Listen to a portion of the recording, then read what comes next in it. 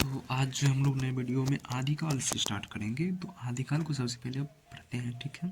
तो आदिकाल जो ये प्राकृत की अंतिम अवस्था, प्राकृत की अंतिम अपभ्रंश अवस्था से, प्राकृत की अंतिम अपभ्रंश अवस्था से ही हिंदी साहित्य का आविर्भाव माना जाता है। प्राकृत की जो है अंतिम अपभ्रंश अवस्था से ही हिंदी साहित्य का आविर्भाव माना जा सकता है। हिंदी साहित्य का आदिकाल जो है संवत 1050 से लेकर संवत 1375 तक, अर्थात महाराज भोज के समय से लेकर हमीर देव के समय के कुछ पीछे तक माना जाता है। ये सब जो पढ़ रहे हैं ये रामचंद्र शुक्ल की पुस्तक से पढ़ रहे हैं, ठीक है। तो हिंदी साहित्य का आदिकाल जो है, तो शुक्ल जी के अनुसार समय भी दिया रहेगा ना, शुक्ल जी की जब पुस्तक है तो शुक्ल जी की कौन सी पुस्तक है? हिंदी साहित्य की थी। तो हिंदी साहित्य का आदिकाल संवत जो है 1050 से लेकर संवत 1375 तक, यानी महाराज भोज के समय से लेकर हमीर देव के समय के कुछ पीछे तक माना जा सकता है। राज आश्रित कवि, जो कि राजा के आश्रित थे कवि, और चारण, राजाश्रित कवि और चारण जिस प्रकार नीति श्रृंगार आदि के फुटकल दोहे राजसभाओं में सुनाया करते थे, उसी प्रकार अपने आश्रयदाता राजाओं के पराक्रम पूर्ण रचयिता या गाथाओं का वर्णन भी किया करते थे। जिस प्रकार कवि राजा के अगर आश्रित है तो उसी के अनुसार उसका जैसा मूड है, अगर उसका श्रृंगार का मूड है तो श्रृंगार कविता सुनाएंगे। तो उसी प्रकार जब थोड़ा बहुत युद्ध करके आए हैं तो उसकी वर्णन अलौकिक करेंगे। तो वही बोल रहे हैं, आश्रयदाता राजाओं के पराक्रम पूर्ण चरित्रों का गाथाओं का वर्णन भी किया करते थे। यही प्रबंध परंपरा रासों के नाम से पाई जाती है। तो रासों में क्या है? वीर काव्य सब है, राजाओं का वर्णन है, तो इसलिए रासों के नाम से पाई जाती है। जिसे लक्ष्य करके इस काल को हमने वीर गाथा काल कहा है। कौन कहा था? शुक्ल जी ने कहा। अपभ्रंश का नाम कहाँ से क्या मिला है? शुक्ल जी के अनुसार अपभ्रंश का नाम पहले पहल बल्लभी के राजा धारसेन द्वितीय के शिलालेख में मिलता है। पहले पल कहाँ मिला है? तो राजा धारसेन द्वितीय के, पल्लवी के राजा धारसेन द्वितीय के शिलालेख में मिलता है, जिसमें उसने अपने पिता गु हुसैन को संस्कृति, प्राकृत और अपभ्रंश तीनों का कवि कहा था। क्या कहा था? तीनों का कवि। सिद्धों की उद्धृत रचनाओं की भाषा देश भाषा मिश्रित अपभ्रंश या पुरानी हिंदी की काव्य भाषा है। सिद्धों की उद्धृत रचनाओं की भाषा जो है वो देश भाषा मिश्रित अपभ्रंश या पुरानी हिंदी की काव्य भाषा है, ठीक है। शुक्ल का सामान्य परिचय प्रकरण 1 पढ़ते हैं। तो इसमें कहा कि प्राकृत की अंतिम अपभ्रंश अवस्था से ही हिंदी साहित्य का आविर्भाव माना जा सकता है। किससे? प्राकृत की अंतिम अपभ्रंश अवस्था से ही हिंदी का आविर्भाव माना जा सकता है। हिंदी साहित्य का आदिकाल संवत जो है 1350 से लेकर संवत 1375 तक, हिंदी साहित्य का आदिकाल जो है 1350 संवत से लेकर 1375 तक, अर्थात महाराज भोज के समय से लेकर हमीर देव के समय के कुछ पीछे माना जा सकता है। अपभ्रंश की यह परंपरा विक्रम की 15वीं शताब्दी के मध्य तक चल रही है। अपभ्रंश की जो है यह परंपरा विक्रम की 15वीं शताब्दी के मध्य तक चलती रही, ठीक है। अब प्रकरण 2 यानी अपभ्रंश का प्रकरण 2 को देखते हैं। इसमें जो है भरत मुनि जो है विक्रम संवत 30वीं शताब्दी में अपभ्रंश का नाम ना देकर, अपभ्रंश का अपभ्रंश नाम देकर लोक भाषा को देश भाषा नाम दे, इसका अपभ्रंश का ही नाम देश भाषा नाम दे दिया। किसने? भरत मुनि ने। अपभ्रंश या प्राकृत हिंदी में रचना होने से पता हमें विक्रम संवत की 7वीं शताब्दी में मिलता है। उस काल की रचना के नमूने बौद्धों की व्रजयान शाखा के सिद्धों की कृतियों के बीच मिलती है, ठीक है। सिद्धों की कृतियों के बीच मिलती है। संवत 990 में देवसेन नामक एक जैन ग्रंथकार हुए। 990 संवत में जो है देवसेन नामक एक जैन ग्रंथकार हुए। उन्होंने भी श्रावकाचार नाम की एक पुस्तक दोहे में बनाई थी, जिसकी भाव अपभ्रंश थी। तो ये देखो, देवसेन की एक कौन सी पुस्तक है? श्रावकाचार, जिसमें कि अपभ्रंश का भाव है। तो श्रावकाचार जो किसकी रचना है? देवसेन की। कब की है? 990 संवत की, यानी कि 950 ईस्वी की। तो श्रावकाचार किसकी रचना है? देवसेन की। देवसेन की रचना कौन सी है? श्रावकाचार।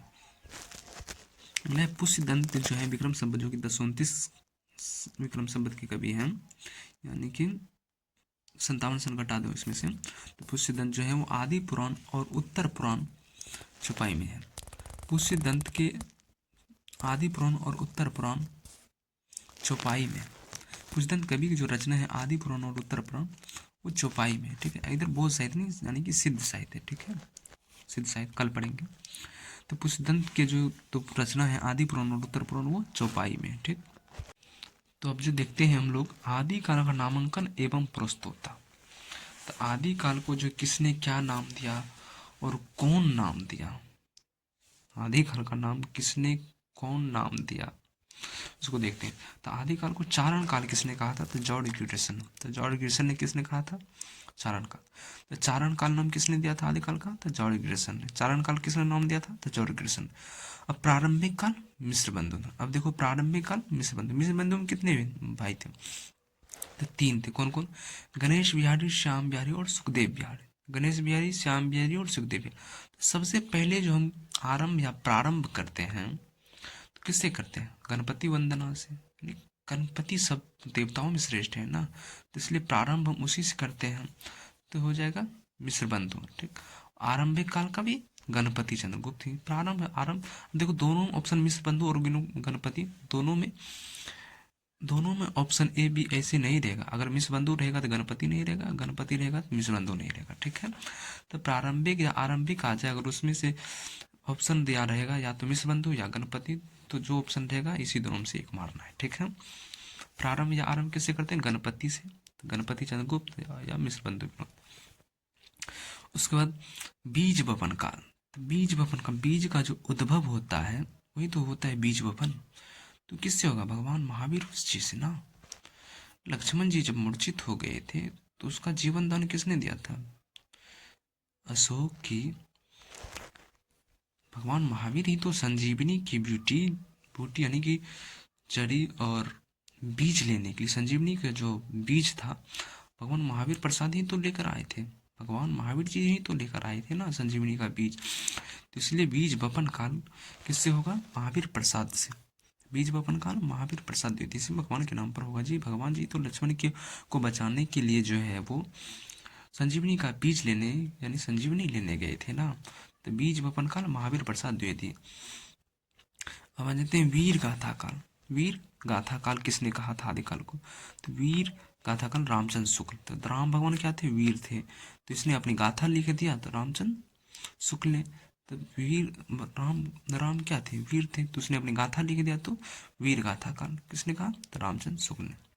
तो वीर गाथा काल रामचंद्र शुक्ल। अब सिद्ध सामंत काल। तो सिद्ध सामंत काल किसने कहा, तो राहुल शंकरतैन। तो राहुल क्या थे, सिद्ध थे, यानी बौद्ध धर्म से जुड़े थे, तो बौद्ध धर्म के लोगों को क्या कहा जाता था, सिद्ध। तो राहुल भी क्या लिखेंगे, सिद्ध ही ना लिखेंगे कि कोई और आएगा इसमें। देखो तो कोई सिद्ध बौद्ध धर्म से कोई जुड़ा हुआ है नहीं, तो राहुल जी जुड़े हैं, तो राहुल ही तो, राहुल शंकरतैन ही तो होगा। सिद्ध सामंत काल किसने, तो राहुल शंकरतैन। उसके बाद वीर काल, तो विश्वनाथ प्रसाद मिश्र। देखो वीर गाथा, भगवान राम ने वीर गाथा, भगवान राम वीर थे तो उसने अपनी गाथा लिख दिया। और वीर काल विश्वनाथ प्रसाद मिश्र, ये जो है वीर काल लिखा। इसने वीर काल लिखा नहीं, मतलब वीर काल कहा, आदिकाल को जो है वीर काल का। उसको संधि काल एवं चारण काल, तो राम कुमार वर्मा। देखो राम और कुमार, राम जी क्या करते थे, संधि करते थे। जैसे सुग्रीव से संधि कर लिया कि हम तुम्हें बालिक को हटा करके उसके राजसिंहासन पर तुम्हें बैठाएंगे, और विभीषण से संधि कर लिया कि लंका को में जो है तुम्हें हम राजा बनाएंगे, तो संधि करते थे। और कुमार है तो कुमार इस चारण का कॉपी कर लिया, कुमारबाई आजकल का है, तो ये संधि का जॉर्ज ग्रिटसन का कॉपी कर लिया, नहीं चारण काल। तो राम का हो गया संधि काल और कुमार यानी चारण काल। तो संधि काल एवं चारण काल, तो राम कुमार वर्मा। और आदिकाल किसने कहा, तो हजारी प्रसाद द्विवेदी। ये देखो इंपॉर्टेंट है, आदिकाल को आदिकाल किसने कहा, आदिकाल का नामकरण आदिकाल किसने किया, तो हजारी प्रसाद द्विवेदी यानी एचपीडी ने। आदिकाल का आदिकाल नाम किसने रखा, तो हजारी प्रसाद द्विवेदी ने। ये देखो बहुत इंपॉर्टेंट होता है, महावीर प्रसाद द्विवेदी और हजारी प्रसाद द्विवेदी। महावीर प्रसाद द्विवेदी क्या कहा आदिकाल को, आदिकाल को बीज वपन काल, चूंकि लक्ष्मण को बचाने के लिए जो है संजीवनी का बूटी यानी कि बीज लेके कौन आया था, तो महावीर प्रसाद देव। और आदिकाल किसने कहा था, तो हजारी प्रसाद द्विवेदी ने। उसके बाद जयकाल किसने कहा आदिकाल को, तो रामाशंकर शुक्ल। अब देखो जिसके पास राम भी हो, भगवान राम भी हो और शंकर भी हो, तो उसका तो जय जयकार ही रहेगा ना हमेशा। हर समय, समय मिस होता है काल, तो उसका हर समय जय जयकार ही होगा। तो जय काल किसका? रमाशंकर शुक्ल का, रमाशंकर शुक्ल रसाल का। उसके बाद आधार काल सुमन राज, आधार काल सुमन राज। अपभ्रंश काल किसने कहा? तो धीरेन्द्र वर्मा और चंद्रा शर्मा गुलेरी ने। अपभ्रंश काल किसने कहा? धीरेन्द्र शर्मा और चंद्रा शर्मा गुलेरी ने। उद्भव काल किसने कहा? तो वासुदेव सिंह। उद्भव, उद्भव काल किसने कहा? वासुदेव सिंह। यानी उद्भव यानी कि उत्पत्ति, जीवों की उत्पत्ति किससे होती है? वासुदेव यानी कि भगवान विष्णु, वासुदेव नंदन ही तो है जिससे कि जीवों की उत्पत्ति, नाश, विनाश सब होते हैं। यही तो कुरुक्षेत्र में कहे थे ना कि अर्जुन, जितने भी जीव हैं सभी हम ही से उद्भव यानी कि उत्पन्न होते हैं और फिर हम ही में लौट आते हैं। तो उद्भव काल किसने कहा था? आदिकाल को, आदिकाल उद्भव काल, आदिकाल को उद्भव काल किसने कहा? वासुदेव सिंह ने। ठीक है, तो अब देखेंगे हम लोग कि हिंदी का प्रथम कवि जो है और प्रस्तोता यानी विद्वान। तो हिंदी का प्रथम कवि किसको कौन माना है? हिंदी का प्रथम कवि जो है किसको माना है और कौन माना है? ठीक है, तो पुष्य दंत पुंड को किसने माना है? शिव सिंह सेंगर ने। तो भगवान शिव को क्या चढ़ता है? पुष्प चढ़ता है। तो भगवान शिव को जो है क्या चढ़ता है? पुष्प, इसलिए उसने किसको माना? पुष्यदंत पुंड को माना प्रथम कवि। ठीक है, अब गणपति चंद्रगुप्त किसको प्रथम कवि माना था? शालिभद्र सूरी को, यानी शालिभद्र सूरी को। गणपति के हाथ में क्या रहता है? शूल रहता है ना, इसलिए गणपति चंद्र किसको माना? शालिभद्र सूरी को। उसके बाद राम कुमार वर्मा किसको माना? तो स्वयंभू को। स्वयंभू किसने माना है? स्वयंभू को प्रथम कवि किसने माना है? तो राम कुमार वर्मा। स्वयं, स्वयं में भू कौन है? यानी कि शंभू कौन है? तो राम जी ही तो है। शंभू कौन है? स्वयं शाम्भू, स्वयंभू, तो राम जी ही तो है। तो शंभू को किसने माना? राम कुमार वर्मा ने, जो कि 8वीं सदी के, शंभू जी 8वीं सदी के कवि थे। स्वयंभू, स्वयंभू को किसने माना है? राम कुमार वर्मा ने। शंभू यानी भगवान शिव के अवतार कौन थे? राम जी तो थे, स्वयं में भू थे, तो राम कुमार वर्मा। और राजा मंच को प्रथम कवि किसने माना है? चंद्रधर शर्मा गुलेरी ने। उसके बाद सरहप्पा को किसने माना है? तो सरहप्पा को राहुल शंकरतैन ने। सरहप्पा को प्रथम कवि किसने माना है? तो राहुल शंकरतैन। देखो सिद्ध थे तो इसको किसने माना? तो राहुल शंकरतैन ही तो मांगे, ये भी बौद्ध धर्म से हैं। तो राहुल शंकरतैन ने किसको माना है प्रथम कवि? तो सरहप्पा को। इसका समय कब से है? 769 ईस्वी। हिंदी में सर्वमान्य लगभग में मानो तो यही है, सरहप्पा ही है। तो सरहप्पा को प्रथम कवि किसने माना है? तो राहुल शंकरतैन ने। ठीक है, जिसका समय 769 ईस्वी है। उसके बाद आ जाओ अब्दुल रहमान। अब्दुल रहमान, देखो अब्दुल रहमान क्या है? मुस्लिम नाम, और मुस्लिम में हरजाई कहते हैं ना। तो अब्दुल रहमान को किसने माना? हरजाई प्रसाद द्विवेदी, हरजाई। अब्दुल रहमान क्या था? हरजाई था, हजारी प्रसाद द्विवेदी। तो अब्दुल रहमान को किसने माना? हरजाई यानी कि हजारी प्रसाद द्विवेदी। और विद्यापति को किसने माना? डॉक्टर बच्चन। विद्यापति को डॉक्टर बच्चन, विद्यापति अपने मिथिला का था जी। और इसकी रचना है कीर्तिलता और कीर्ति पताका। इसको किसने माना? 15वीं सदी का कवि था ये। इसको किसने माना? तो डॉक्टर बच्चन सिंह ने। और चंद्रवरदाई को रामचंद्र शुक्ल ने। चंद्रवरदाई को रामचंद्र शुक्ल। रामचंद्र शुक्ल किसको माना है? चंद्रवरदाई को। चंद्रवरदाई को प्रथम कवि किसने माना? तो रामचंद्र शुक्ल ने। ठीक है, और राजा भोजोमुंज को आचार्य शुक्ल, रामचंद्र शुक्ल ही है। तो चंद्रवरदाई को किसने? रामचंद्र शुक्ल ने। राजा भोजोमुंज को भी आचार्य शुक्ल ने। ठीक है, अब देखो सर्वमान्य मत के आधार पर हिंदी का प्रथम कवि सरहप्पा को माना जाता है। तो सरहप्पा को प्रथम कवि किसने माना? राहुल शंकरतैन ने। तो सर्वमान्य मत है, यानी सब मानते हैं कि सरहप्पा ही प्रथम कवि है। और इसका कब से कब तक है? इसका सरहप्पा का जन्म समय कब से है? 769 ईस्वी इसका जन्म है लगभग। सरहप्पा का 769 ईस्वी है। ठीक है, जन्म नहीं मतलब समय है। ठीक है, अब देवसेन कृत, देवसेन जो की एक रचना है श्रावकाचार। देवसेन की एक रचना है क्या? श्रावकाचार को हिंदी की प्रथम रचना मानी जाती है। तो हिंदी की प्रथम रचना किसको मानी जाती है? तो श्रावकाचार को। किसने रचा था? तो देवसेन ने। कब रचा था? 933 ईस्वी। श्रावकाचार जो है वो हिंदी की प्रथम रचना मानी जाती है, जिसके रचनाकार कौन थे? तो देवसेन थे। जॉर्ज गिब्सन ने आदिकाल के अंतर्गत 9 कवि को शामिल किया था। ये तो पहले ही पढ़े थे। जॉर्ज गिब्सन ने आदिकाल के कितने 9 कवि को शामिल किया था। मिस्र बंधु ने आदिकाल में पहले 19 कवियों को शामिल किया था। फिर अगले संस्करण में सिद्धों एवं नाथों को शामिल कर इनकी संख्या 75 कर दी। मिस्र बंधु जो है वो पहले आदिकाल में 19 कवियों को लिए, पूरे हिंदी साहित्य में नहीं, आधुनिक काल में नहीं, सिर्फ आदिकाल में 19 कवियों के लिए थे। फिर अगले संस्करण जो उसका हुआ तो उसमें सिद्ध एवं नाथ को भी शामिल कर लिया, जिसकी इनकी संख्या 75 कर दी। आचार्य शुक्ल ने आदिकाल को अनिर्दिष्ट लोक प्रवृत्ति का युग कहा। आचार्य शुक्ल जो आदिकाल को अनिर्दिष्ट लोक प्रवृत्ति का युग कहा। अनिर्दिष्ट लोक प्रवृत्ति का युग किसी कहा है? आदिकाल को कहा है। किसने कहा? शुक्ल जी ने। आचार्य शुक्ल जो कहते हैं, उस समय जैसे गाथा कहने से प्राकृत का बोध होता था, वैसे ही दोहा या दोहा कहने से अपभ्रंश का बोध समझा जाता था। जैसे उस समय गाथा कहने से प्राकृत का बोध होता था, अगर गाथा कहते थे ना तो प्राकृत शब्द का बोध होता था, वैसे ही दोहा या दोहा कहने से जो है अपभ्रंश पद समझा जाता था। उसके बाद आचार्य हजारी प्रसाद द्विवेदी ने आदिकाल को अव्यधिक विरोधी और व्याघ्रताओं का युग कहा है। हजारी प्रसाद द्विवेदी जो आदिकाल को अत्यधिक हजारी प्रसाद द्विवेदी जो है आदिकाल को अत्यधिक विरोधी और व्याघातों का युग कहा।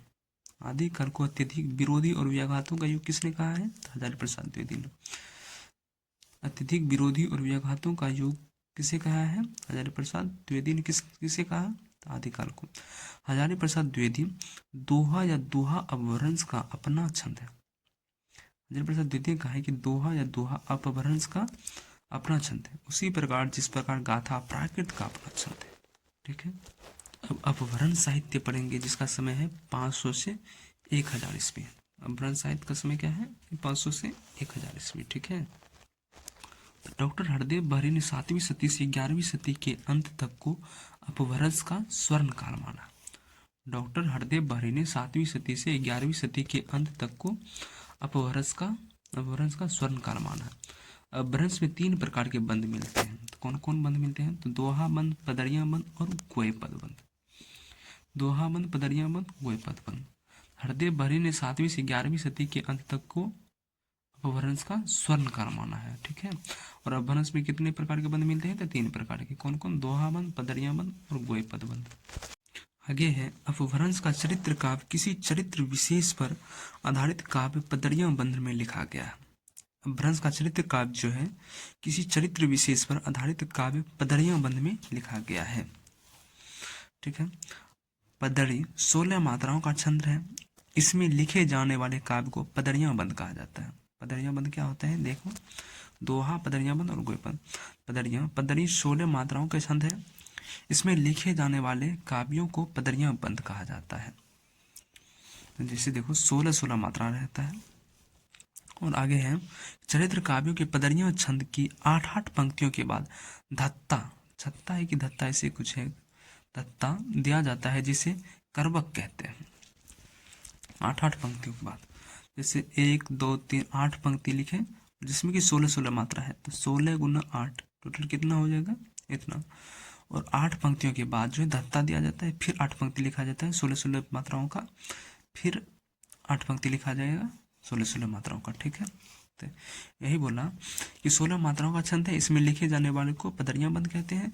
चरित्र काव्य में पदरिया छंद की 8 पंक्तियों के बाद धत्ता दिया जाता है जिसे करवक कहते हैं, और इसे जो है क्या कहते हैं? करवक कहते हैं, जिसे करवक कहते हैं। डॉक्टर राम कुमार वर्मा ने अपभ्रंश के प्रथम कवि शंभू को माना है। राम कुमार वर्मा ने प्रथम कवि किसे माना है? अपभ्रंश का, यानी कि हिंदी का, शंभू को। यानी राम कुमार वर्मा ने अपभ्रंश भाषा के प्रथम कवि शंभू को हिंदी का प्रथम कवि माना है। अपभ्रंश भाषा के जो कवि थे शंभू, उसी को हिंदी का प्रथम कवि माना है। किसने? शंभू ने।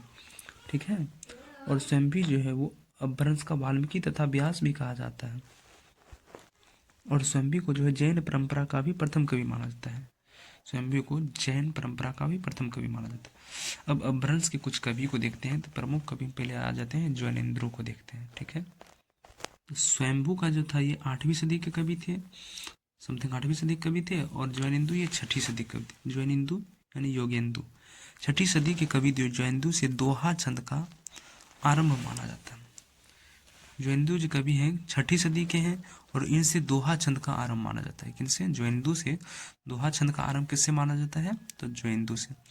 अपभ्रंश से दोहे की शुरुआत मिलती है। दोहा की शुरुआत जो है अपभ्रंश से मिलती है, यानी कि ज्वैनेंदु इसकी शुरुआत करते हैं। इनकी 2 रचनाएं हैं किसकी? ज्वैनेंदु की। एक है परमात्मा प्रकाश और योगसार। परमात्मा प्रकाश और योगसार किसकी रचना है? ज्वैनेंदु। ठीक है, अब देखते हैं स्वयंभू को। स्वयंभू कवि को पढ़ते हैं। तो राम कुमार वर्मा जो है इसे हिंदी का प्रथम कवि माना है। अपभ्रंश भाषा के ये कवि थे, तो इसे अपभ्रंश भाषा के कवि थे। राम कुमार वर्मा ने हिंदी का भी प्रथम कवि, हिंदी का प्रथम कवि इसे मान लिया। तो इसकी जो है स्वयंभू 8वीं सदी के यानी 783 ईस्वी के आसपास विद्वान थे। तो स्वयंभू जो है वो 8वीं सदी के कवि है। इन्हें ही जैन परंपरा का प्रथम कवि माना जाता है। जैन परंपरा का भी प्रथम कवि स्वयंभू को ही माना जाता है। हिंदी का प्रथम कवि स्वयंभू और जैन परंपरा का प्रथम कवि स्वयंभू। इसके 3 ग्रंथ बनाए जाते हैं। स्वयंभू के 3 ग्रंथ बताए जाते हैं। कौन कौन? पावमचरियम, रिठोनिमचरियम, स्वयंभू छंद। तो रामचरित में जो है राम का चरित्र विस्तार से दिया गया है। पावमचरियम जो है, पावमचरियम में राम का चरित्र विस्तार से दिया गया है।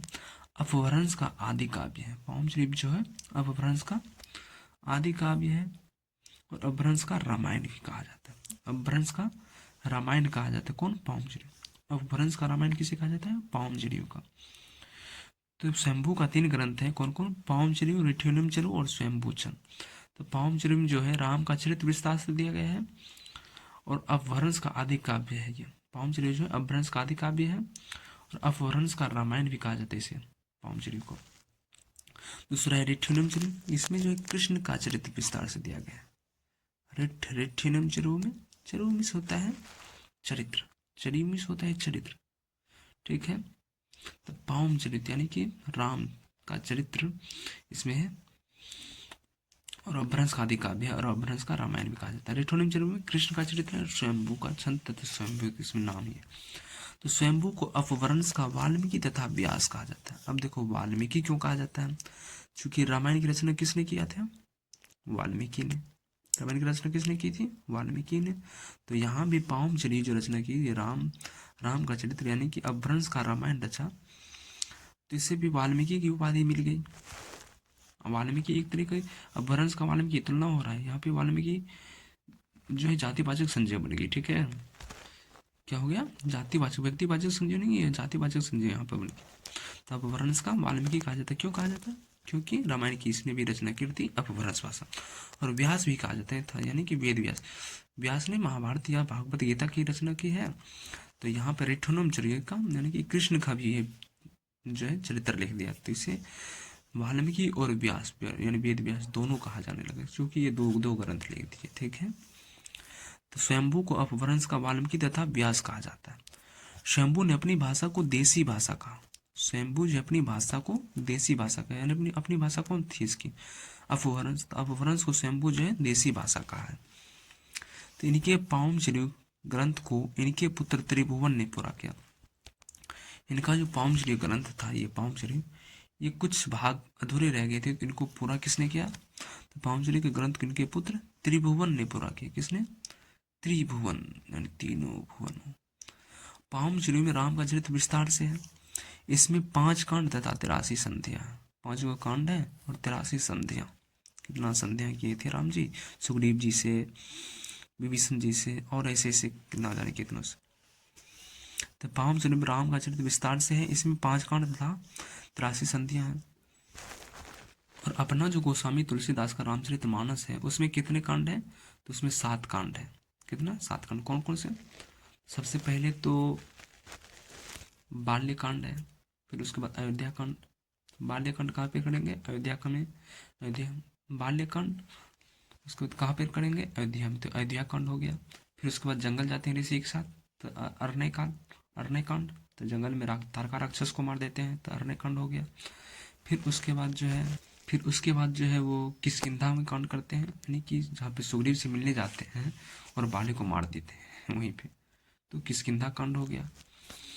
किष्किंधा में भी कांड हो गया ना, बाली को जो मारा, किष्किंधा कांड। उनके बाद शायद अरण्यकांड के बाद सुंदरकांड है, फिर लंका कांड और उत्तरकांड। उत्तरकांड मतलब हो गया कि सब काम खत्म करके उत्तर, यानी कि उत्तर में होता है कि उत्तर, कामोत्तर यानी कि काम के बाद, यानी कि उसी प्रकार उत्तरकांड होने के सब काम खत्म होने के बाद उत्तर, यानी कि जब आ रहा है लंका कांड करके तो उत्तरकांड। ठीक है, तो इसी प्रकार 7 कांड है। ठीक है, यह पाउमचरी अपभ्रंश का आदि काव्य माना जाता है। पाउमचरी जो है वो अपभ्रंश का आदि काव्य माना जाता है। पाउमचरी को अपभ्रंश का रामायण भी कहा जाता है। पाउमचरी को जो है अपभ्रंश का रामायण भी कहा जाता है। ठीक है, उसके बाद है डॉक्टर अभियानी ने इसे अपभ्रंश का कालिदास कहा है। डॉक्टर अभियानी ने स्वयंभू को क्या कहा है? कालिदास ने। ठीक है, तो स्वयंभू जो है ये हिंदी के प्रथम कवि हैं, अपभ्रंश भाषा के हिंदी के जो है प्रथम कवि हैं। किसने माना है? तो राहुल शंकरतैन ने माना है। जैन परंपरा के भी प्रथम कवि है, और इसने 3 ग्रंथ लिखे हैं। कौन कौन? पावमचरू, रिठिनमचरू और स्वयंभूचंद। पावमचरू जो रामचरित विस्तार से है। ठीक है, और अपभ्रंश का ये आदि काव्य है। अपभ्रंश का रामायण भी है, और रिठिनमचरू में कृष्ण चरित्र है। और पावमचरू को जो है इसके पुत्र जो है त्रिभुवन ने पूरा किया है। और स्वयंभू को जो है डॉक्टर अभियानी ने, और इसे डॉक्टर अभियानी ने कालिदास की उपाधि दी है। तो स्वयंभू को जो है डॉक्टर अभियानी ने कालिदास कहा है। क्या कहा है? कालिदास। तो अगला पढ़ेंगे पुष्यदंत को। किसको? पुष्यदंत को। पुष्यदंत को पढ़ते हैं। पुष्यदंत 972 ईस्वी का आविर्भाव माना जाता है। तो शिव सिंह सेंगर ने अपने ग्रंथ शिव सिंह सरोज में किसी पुरानी अनुश्रुति के आधार पर 7वीं शताब्दी में से हिंदी का प्रथम कवि माना है। यानी कि शिव सिंह सेंगर जो है अपने ग्रंथ शिव सिंह सरोज में पुष्यदंत को प्रथम कवि माना है। ठीक है, हिंदी का प्रथम कवि माना है। हजारी प्रसाद द्विवेदी कहते हैं, इसके अनुसार, हजारी प्रसाद द्विवेदी के अनुसार यह कवि संभवतः अपभ्रंश का प्रसिद्ध कवि पुष्यदंत है। अपभ्रंश का ही कवि है पुष्यदंत, जिसका आविर्भाव 9वीं सदी में हुआ है, हजारी प्रसाद कहते हैं। सामान्य धारणा है कि पुष्यदंत का आविर्भाव 972 ईस्वी यानी कि 10वीं सदी में हुआ है। ठीक है, सामान्य धारणा है कि पुष्यदंत का आविर्भाव 972 ईस्वी यानी 10वीं सदी में हुआ है। ये जो मूलतः सेव थे किंतु बाद में जैन हो गए। यानी पुष्यदंत जो थे, पुष्यदंत वो पहले सेव थे, यानी सेव परंपरा के, किंतु बाद में जो है जैन हो गए। बाद में जैन हो गए। पुष्यदंत जो है पहले शैव थे, बाद में क्या हो गए? जैन हो गए। इनकी 3 रचनाएं मिलती हैं। कौन कौन सी? 63 महापुरुष गुणन अलंकार, या जैन महापुराण, या इसको महापुराण भी कहा जाता है। उसके बाद नई कुमार चेरयू और जशहर चेरयू। तो 63 महापुरुष गुणन अलंकार या जैन महापुराण, और उसके बाद है नई कुमार चेरयू और जशहर चेरयू। तो नई कुमार चेरयू यानी कि नाग कुमार का चरित्र, नई का चेरयू में होता है चरित्र, तो नाग कुमार का चरित्र, और जशहर चेरयू, चेरयू का अर्थ होता है चरित्र। तो 63 महापुरुष गुण अलंकार में जो इसमें 63 महापुरुषों का चर्चा है। 63 नहीं है, 63 महापुरुष यानी कि 63 महापुरुष। गुण अलंकार यानी उसके गुणों का वर्णन है।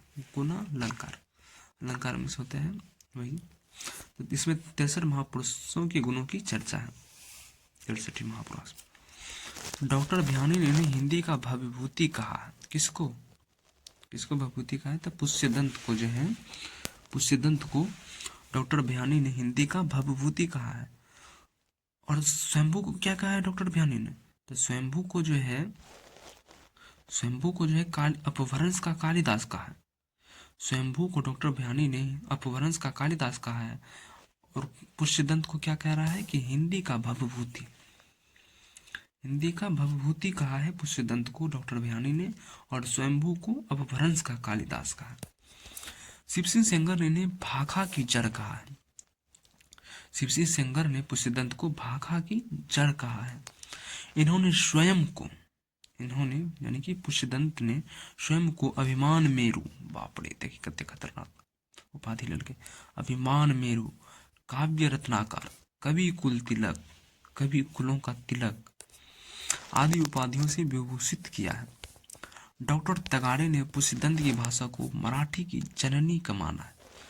डॉक्टर तागड़े जो है पुष्यदंत की भाषा को मराठी की जननी माना है। ठीक है, तो पुष्यदंत जो है वो लगभग 10वीं सदी का भी है, और इसको जो है शिव सिंह सेंगर ने अपनी पुस्तक शिव सिंह सरोज में यानी कि प्रथम कवि माना है। और ये जो है पुष्यदंत ये मूलतः पहले क्या थे, शैव थे और बाद में जैन हो गए। इसकी 3 रचनाएं 63 महापुरुष गुणालंकार और नए कुमारचर्य और जसहर्षि। 63 महापुरुष में जो है इसे महापुराण भी कहा जाता है, और इसमें 63 महापुरुषों की चर्चा है। इसे जैन महापुराण भी कहा जाता है। और डॉक्टर भयानी जो है इसे क्या कहा है, हिंदी का भवभूति कहा है, हिंदी का भवभूति कहा है। और स्वयंभू को क्या कहा है डॉक्टर भयानी ने, कि अपभ्रंश का कालिदास कहा है। स्वयंभू को अपभ्रंश का कालिदास कहा है। और शिव सिंह सेंगर ने पुष्यदंत को भाखा की जड़ कहा है, भाखा की जड़ कहा है। और डॉक्टर तगारे ने पुष्यदंत की भाषा को, इसकी भाषा को जो है मराठी की जननी माना है। क्या माना है, मराठी की जननी माना है। उसके बाद चतुर्भुज कवि को पढ़ते हैं, चतुर्मुख। हरिश्चंद्र ने अपनी धम्य परिपक में अपभ्रंश के 3 कवि माने हैं। कौन कौन, चतुर्मुख, स्वयंभू और पुष्यदंत। हरिश्चंद्र ने अपनी धम्म परिपक में अपभ्रंश के 3 कवि माने हैं। कौन कौन, चतुर्मुख, स्वयंभू और पुष्यदंत। स्वयंभू ने चतुर्मुख को पदरियां बंद का प्रवर्तक, स्वयंभू कवि जो है चतुर्मुख को पदरियां बंद का प्रवर्तक तथा सर्वश्रेष्ठ कवि कहा। कौन, स्वयंभू, जिसे कि राहुल शंकरतैन ने माना है। ये शंभू जो कि 8वीं सदी के कवि हैं। तो स्वयंभू ने चतुर्मुख को पदरियां बंद का प्रवर्तक तथा सर्वश्रेष्ठ कवि कहा है। किसको, चतुर्मुख को। पदरियां 16 मात्रा का मात्रिक छंद है। इस छंद के नाम पर पदरी पर लिखे जाने वाले काव्यों का पदरियां बंद कहा जाता है। पुष्यदंत मान्य खेद के प्रतापी राजा कर्ण के, पुष्यदंत जो है मान्य खेद के प्रतापी राजा कर्ण के महाकाव्य भीम के सभा कवि थे। पुष्यदंत कवि जो है ये राजा कर्ण के महाकाव्य भीम के सभा कवि थे, भीम के सभा कवि थे। ठीक है, तो अब जो हम लोग धनपाल को पढ़ेंगे। तो धनपाल ये सब कवि किस काल के कवि हैं, ये सब अपभ्रंश के कवि हैं। कौन से, अपभ्रंश के कवि हैं। अपभ्रंश साहित्य के ही कवि करे थे जैनेन्द्रो, स्वयंभू, पुष्यदंत, उसके बाद और कौन था, चतुर्मुख या चतुर्भुज। अब पढ़ेंगे धनपाल को। उसके बाद जिनदत्त सूरी, अब्दुल रहमान, मुनि राम सिंह, हेमचंद्र, जैनाचार्य, मेरुतुंग, सारंगधर, ये सब कवि जो हैं अपभ्रंश के ही कवि हैं। ठीक है, तो धनपाल को देखते हैं। तो ये जो है वाक्यपतिराज मुंज के कवि सभारत्न थे। धनपाल जो है वाक्यपतिराज यानी कि राजा मुंज जो था, इसकी उपाधि है वाक्यपतिराज। राजा मुंज के जो सभारत्नों में से कवि रखते थे राजा लोग, उनके रत्न थे यानी कवि रत्न थे, उनकी सभा रत्न थे। किसके दरबार में रहते थे धनपाल, तो राजा मुंज के। राजा मुंज ने इन्हें सरस्वती की उपाधि दी थी। धनपाल को जो है राजा मुंज ने किसकी उपाधि दी थी, तो सरस्वती की उपाधि दी थी। अपभ्रंश के तीसरे प्रमुख कवि धनपाल ने 10वीं सदी में भविष्यवक्ता की रचना की थी। अपभ्रंश के तीसरे प्रमुख कवि जो धनपाल हैं, इसने जो है भविष्यवक्ता की रचना की। इसका संपादक डॉक्टर याकोबी ने किया था। ये भविष्यवक्ता किसकी रचना है, तो धनपाल की रचना है। और इसका संपादक किसने किया था, तो डॉक्टर याकोबी ने किया था। ठीक है, तो धनपाल जो है राजा मुंज के राज दरबार में रहा करते थे, राजा मुंज के सभारत्न थे, और राजा मुंज ने इसे सरस्वती की उपाधि दी थी। धनपाल को राजा मुंज जो है सरस्वती की उपाधि दी थी। इतने योग्य व्यक्ति थे धनपाल, किसे जो है राजा मुंज सरस्वती की उपाधि दे दी कि साक्षात तुम सरस्वती हो धनपाल। और ये धनपाल जो है भविष्यवक्ता की रचना करते, और इसका संपादक जो डॉक्टर याकोबी ने किया था। उसके बाद देखते हैं जिनदत्त सूरी। ये 12वीं शताब्दी के कवि हैं। 12वीं शताब्दी में इनके द्वारा लिखित ग्रंथ उपदेश रसायन रास, जिनदत्त सूरी के ग्रंथ हैं जो कि 12वीं सदी में लिखा गया था। तो कौन सी है, तो उपदेश रसायन रास, जो कि 1114 ईस्वी को जैन राष्ट्र का काव्य, जैन राष्ट्र से काव्य परंपरा का प्रथम ग्रंथ माना जाता है। जिनदत्त सूरी जो है उपदेश रसायन रास लिखा। ठीक है, उपदेश रसायन रास 1114 ईस्वी को। और उपदेश रसायन रास जो है वो जैन रास काव्य का प्रथम ग्रंथ है। जैन रास काव्य का प्रथम ग्रंथ कौन सा है? तो उपदेश रसायन रास।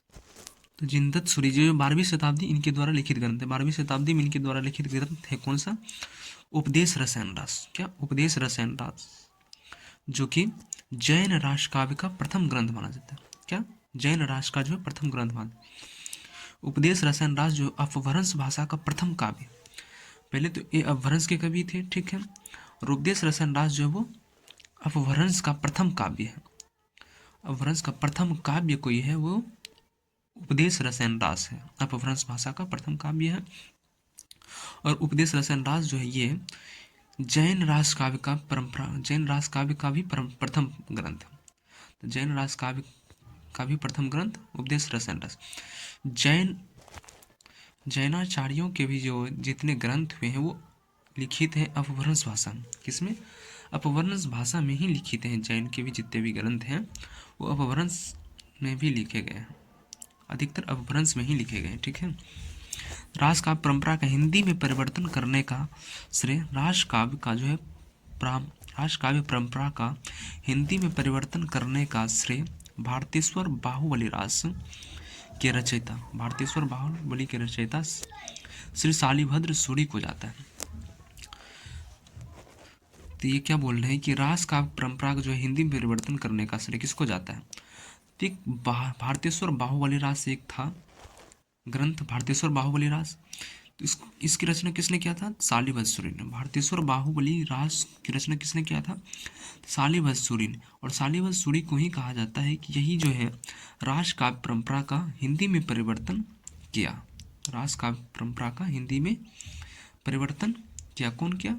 रास काव्य यानी रासों का हिंदी में परिवर्तन कौन किया? शालिभद्र सूरी ने। तो यह बात कहा कि रास काव्य परंपरा का हिंदी में परिवर्तन करने का श्रेय भारतेश्वर बाहुबली रास के रचयिता शालिभद्र सूरी को जाता है। उपदेश रसायन रास, जिनदत्त सूरी की जो रचना है उपदेश रसायन रास, इसमें 80 पदों का नृत्य गीत जो कि रासलीला काव्य है। तो जिनदत्त सूरी को समझे, इसकी एक रचना है 12वीं शती में उपदेश रसायन रास। और ये जो है अपभ्रंश भाषा का प्रथम काव्य है। उपदेश रसायन जो है ये अपभ्रंश भाषा का प्रथम काव्य है। और इसे जो है जैन रास परंपरा का भी प्रथम ग्रंथ माना जाता है। जैन रास परंपरा का भी प्रथम ग्रंथ माना जाता है उपदेश रसायन रास को। और भारतेश्वर बाहुबली रास जो है किसकी रचना है? शालिभद्र सूरी।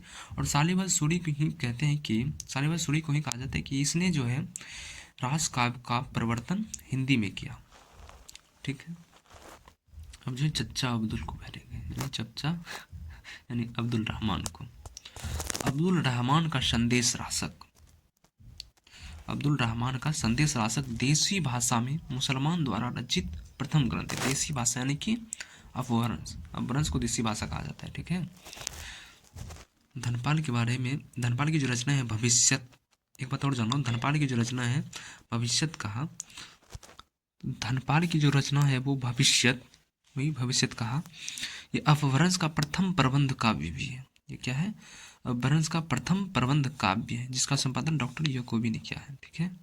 तो धनपाल जो है राजा मुंज के सभारत्न थे और राजा मुंज ने इसे सरस्वती की उपाधि दी थी। और इसकी जो रचना है भविष्यत कहा, तो ये जो है अपभ्रंश का जो है प्रथम प्रबंध काव्य भी है। अपभ्रंश का प्रथम प्रबंध काव्य भी है और इसका संपादन किसने किया था? याकोबी ने।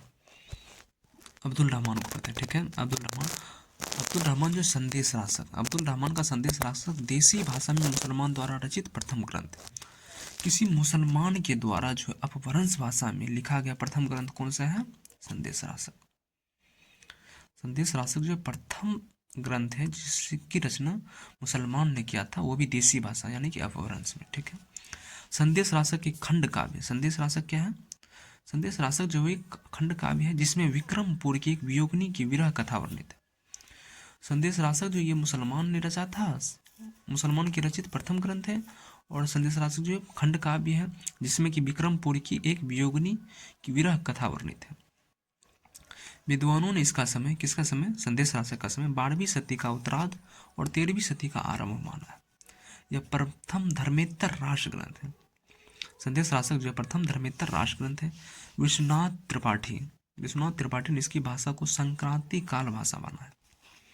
विश्वनाथ त्रिपाठी जो है इसकी भाषा को, किसकी, संदेश शास्त्र की भाषा को संक्रांति काल भाषा, यानी कि अपभ्रंश के लास्ट चरण और अपभ्रंश के बाद जो भाषा आने वाली थी उसके बीच का जो संक्रांति काल था वही भाषा माना है। और हजारी प्रसाद द्विवेदी के अनुसार यह हिंदी के प्रथम कवि है। अब्दुल रहमान हरजाई, होसे हजारी होसे हरजाई मुस्लिम शब्द है ना, तो मुस्लिम को ही माने हैं। तो अब्दुल रहमान प्रथम हिंदी के कवि किसको माने हैं? तो अब्दुल रहमान को। अब्दुल रहमान को प्रथम कवि किसने माना है? तो हजारी प्रसाद द्विवेदी ने। हरजाई मानेगा ना, तो हजारी प्रसाद द्विवेदी। अब पढ़ते हैं मुनि राम सिंह को। तो मुनि राम सिंह को अपभ्रंश एवं जैन साहित्य का सर्वश्रेष्ठ रहस्यवादी कवि कहा जाता है।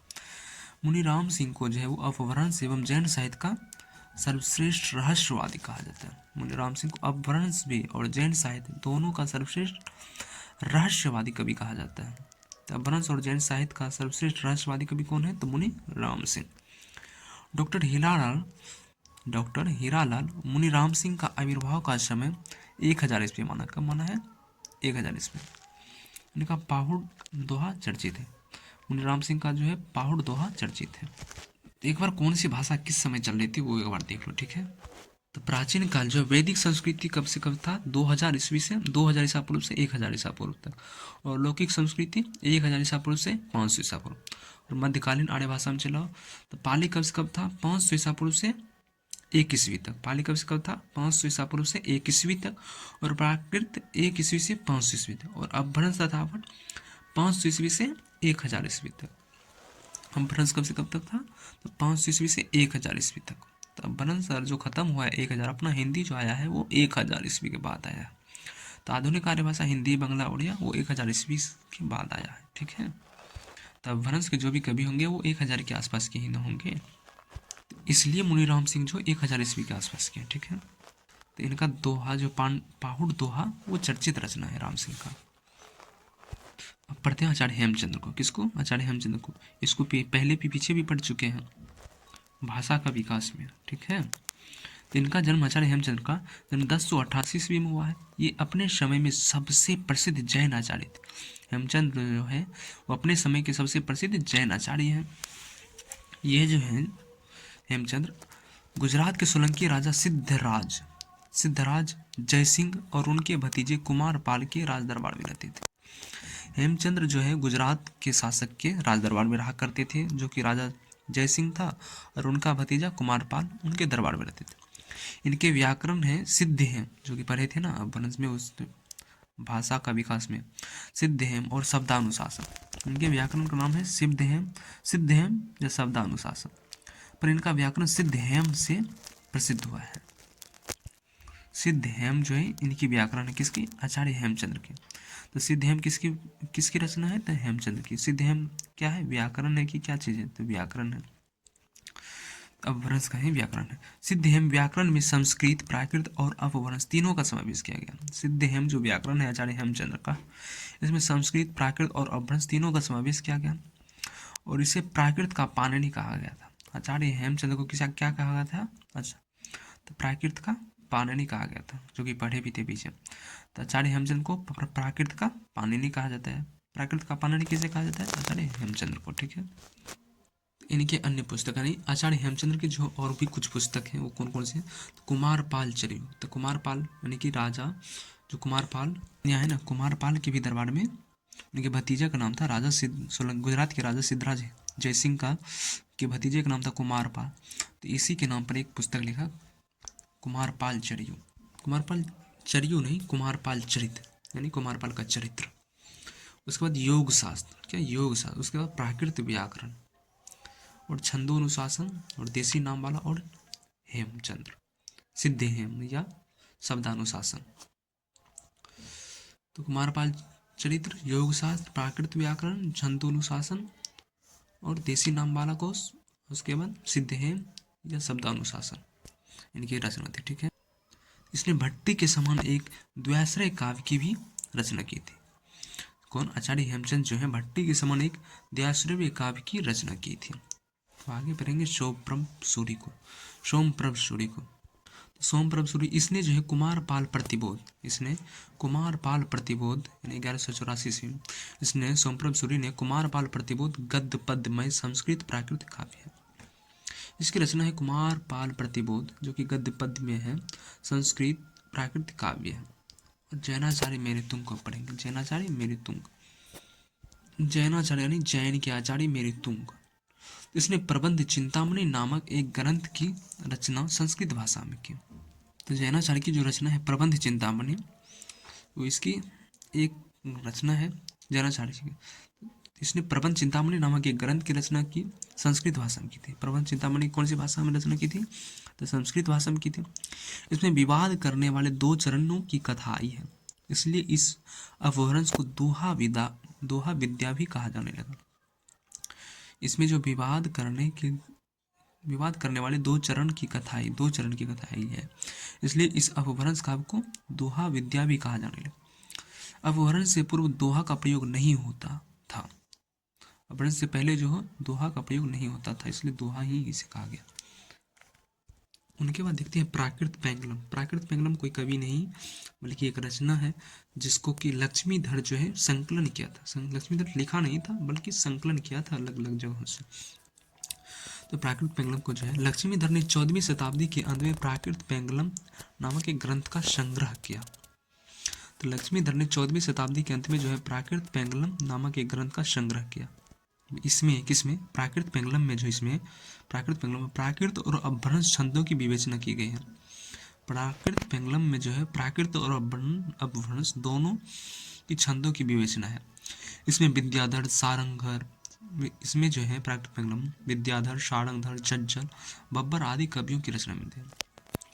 इस प्राकृत पेंगलम में जो है बहुत महान महान कवि की रचना मिलती है। विद्याधर, सारंगधर जो महान कवि हैं, जज्जल, बब्बर आदि कवियों की रचना मिलती है।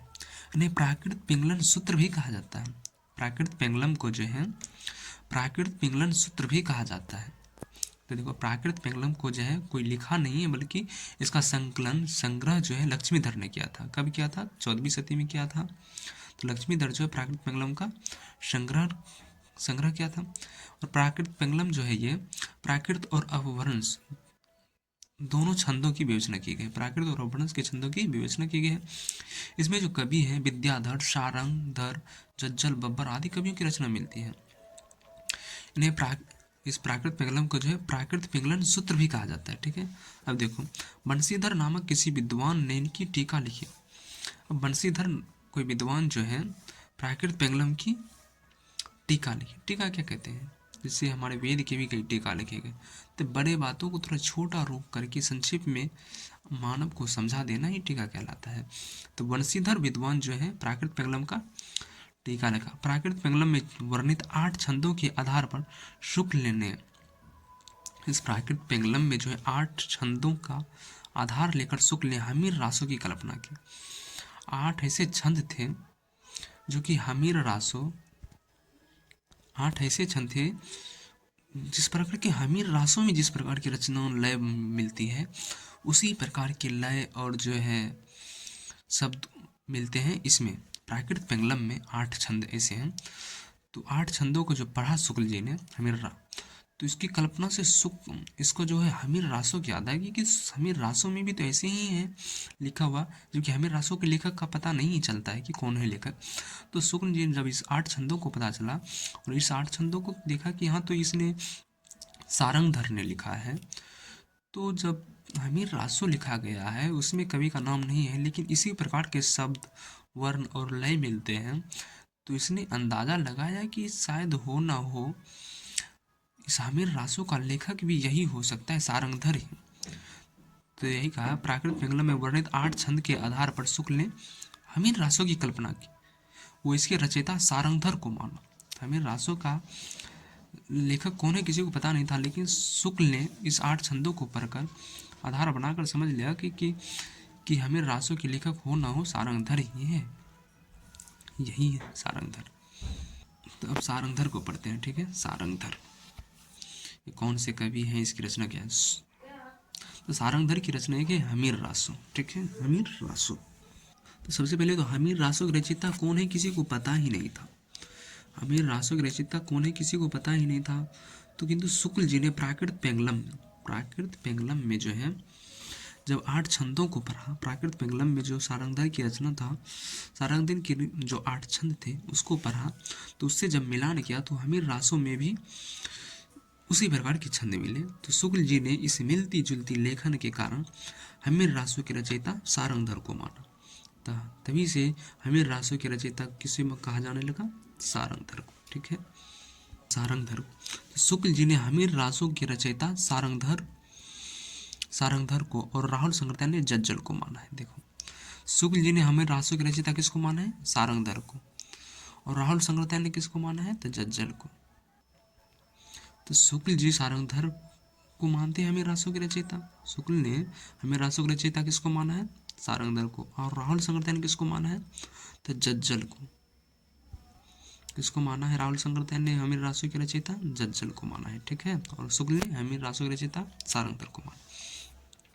उसके बाद हजारी प्रसाद द्विवेदी के अनुसार हमीर शब्द जो है किसी पात्र का नाम ना होकर विशेषण है जो अमीर का विकृति रूप है। जैसे हमीर, जैसे प्रेमचंद की कहानी है ईदगाह, उसमें हामिद नाम का एक लड़का है, तो हामिद क्या है? उसमें पात्र है। उसी प्रकार ये बोल रहा है कि हमीर जो है कोई पात्र नहीं है, बल्कि ये जो है अमीर शब्द का जो है अमीर का विकृत रूप है, यानी कि उस समय इसमें जो है अमीरों के लिए लिखा गया था। तो हमीर शब्द किसी पात्र का नाम ना होकर विशेषण है जो अमीरों का विकृत रूप है। सारंगधर जो है, सारंगधर एक अच्छे कवि और सूत्रकार भी थे। कौन कहते हैं? शुक्ल जी कहते हैं कि सारंगधर एक अच्छे कवि और सूत्रकार थे। सारंगधर ने सारंगधर पद्धति के नाम से एक सुभाषित संग्रह बनाया। सारंगधर जो है, सारंगधर पद्धति के नाम से एक सुभाषित संग्रह बनाया। से जो है सारंगधर पद्धति में बहुत से सावर मंत्र और इन जो है सारंगधर पद्धति में बहुत से सावर मंत्र और भाषा चित्त काव्य भी दिया गया है। तो देखो, सारंगधर को जो है शुक्ल जी मानते हैं कि हमीर रासों के रचयिता कौन है? सारंगधर ही है। लेकिन राहुल संकृत्यायन जो इसे नकार देते हैं। राहुल संकृत्यायन कहते हैं कि नहीं, हमीर रासों का रचयिता जज्जल है। और क्या है, शुक्ल जी कहते हैं सारंगधर जो है वो एक अच्छे कवि और सूत्रकार थे, और इसने जो है सारंगधर ने सारंगधर पद्धति नाम से एक सुभाषित संग्रह भी बनाया। और इन सारंगधर पद्धति में जो है बहुत से सावर मंत्र और भाषा चित्र काव्य दिया गया है।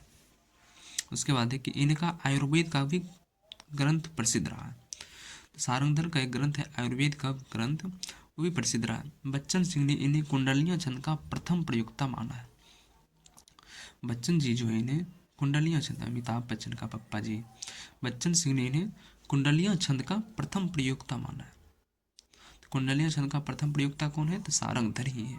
ठीक है, तो इसके बाद जो हम लोग पढ़ेंगे वो सिद्ध साहित्य, उसके बाद नाथ साहित्य, नाथ संप्रदाय सब पढ़ेंगे। तो आज के लिए यहीं तक। ठीक है, धन्यवाद, मिलेंगे नेक्स्ट वीडियो।